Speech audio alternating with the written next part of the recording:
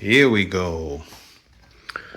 I got a flash drive with Ubuntu Studio installed using DisplayPort, and I get proper video out now. I'm gonna run this since I have it hooked up right now, connecting with Ethernet here.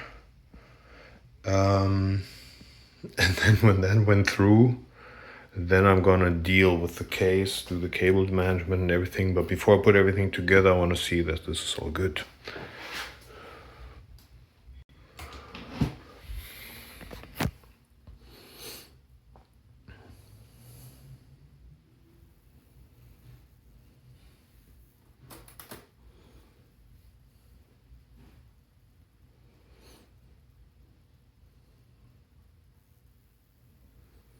Already detected the screen resolution. That's a good sign.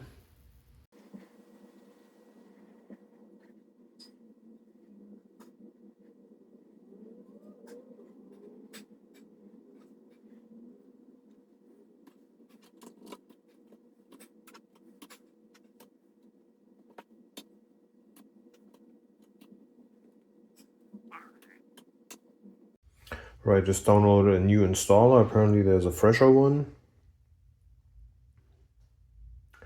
This is Ubuntu 24 here.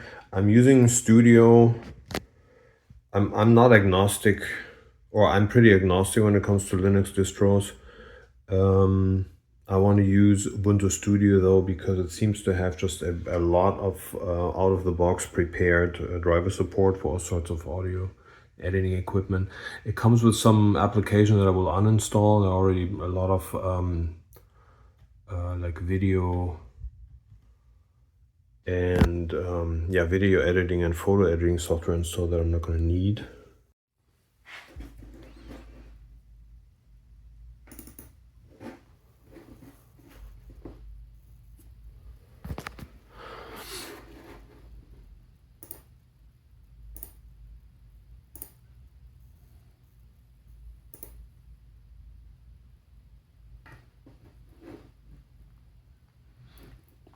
Yeah, I'm going to install third-party software here for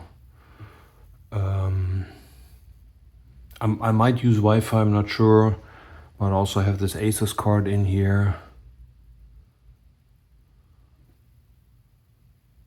Additional media formats, can't hurt. Okay. Okay, picked up our location, close enough.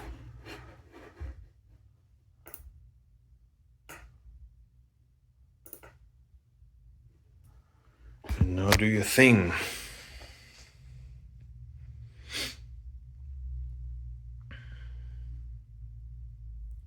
Should be fairly quick. Ubuntu Studio is probably the most bloated Linux distro I could think of. But still, I'm surprised at how quiet this case is. These fans make next to no sound at all. Please remove the medium and press enter. So take the flash drive out and enter.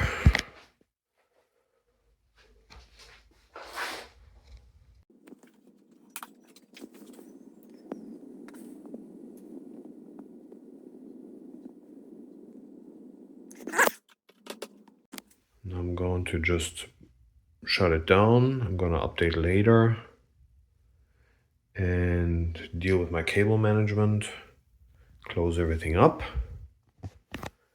and then I go from there.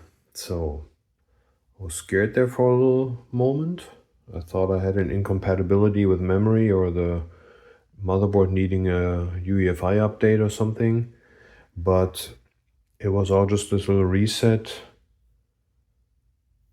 And for some reason, this weird video HDMI issue, DisplayPort fixed that. Goody. Let's shut down for now. Where are we here?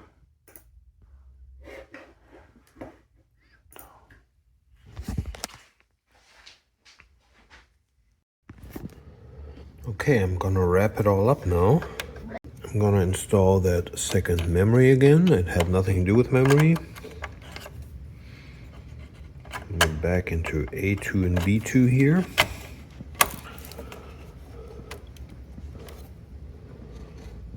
Oh, I got it backwards.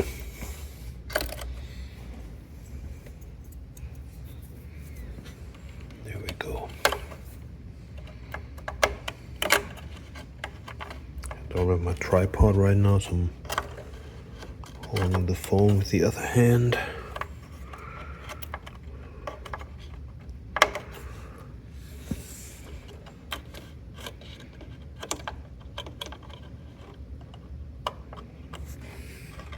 Okay.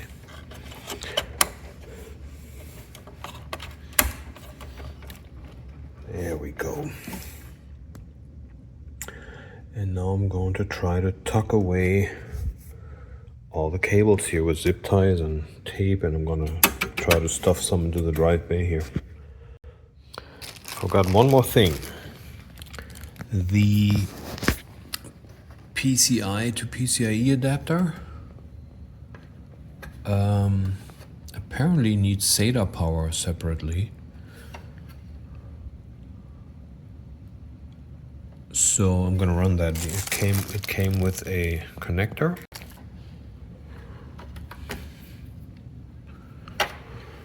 And find SATA power here.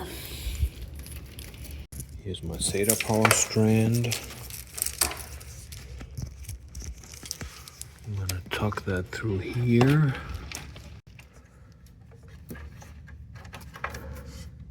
And just connect this here.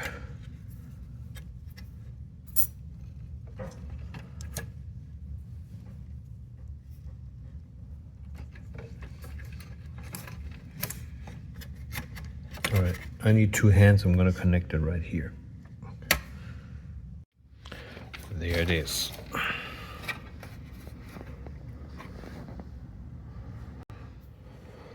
Okay, so this is not pretty but functional.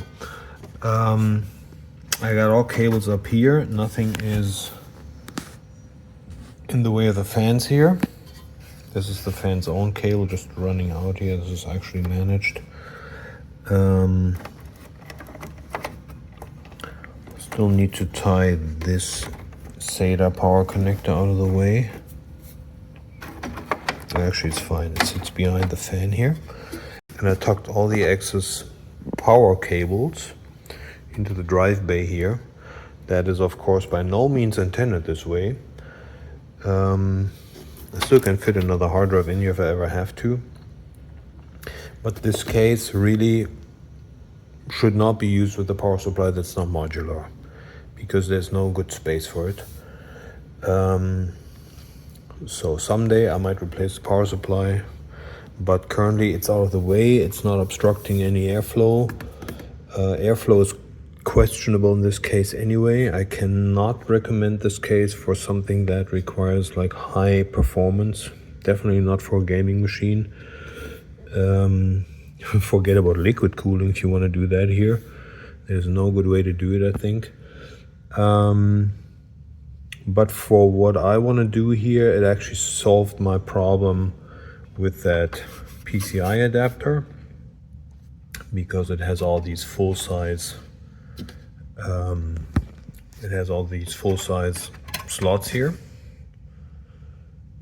and everything is fair and square. I did two more things. There's an optical drive in the case. I don't think I'm ever going to use it, but since it's there, I plugged the SATA in here and the power on the other side. And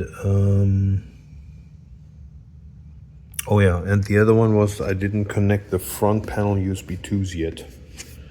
So they're USB connectors. Where is it now? Oh, right here.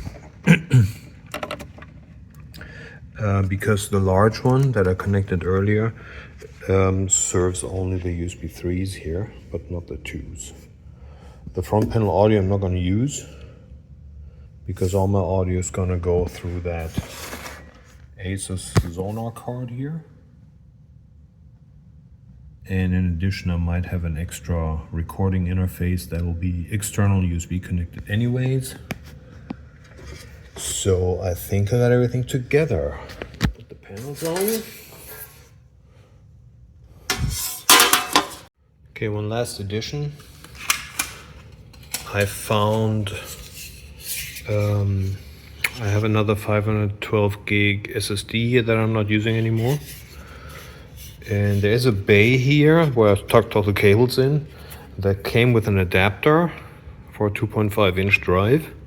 But honestly, that doesn't really fit well. This is supposed to slide into a tray, but it keeps popping out. So this is another good idea, badly executed. But here's a nice spot. This is obviously made for a 2.5 inch drive, and that is perfect here. I love this. Completely tucked away. Just going to run a SATA cable here, and power can stay in the back. So I'm going to use that.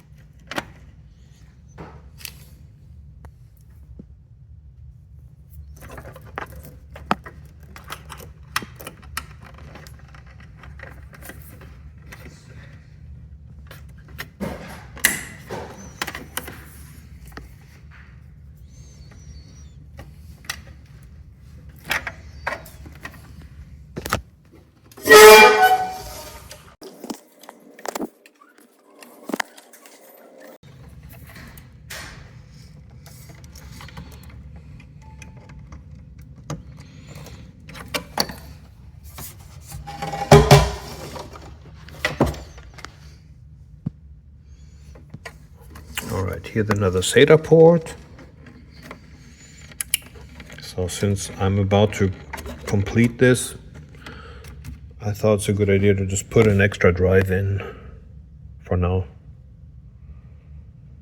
And now I'm going to close it up again and I'll be done. This was just a little after the fact, so just edit that in somehow. Complete. Okay.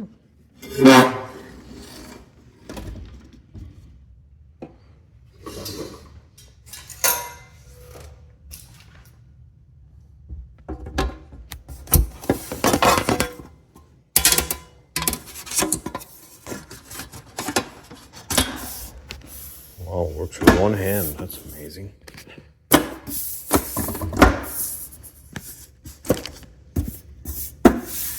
All right, here we go.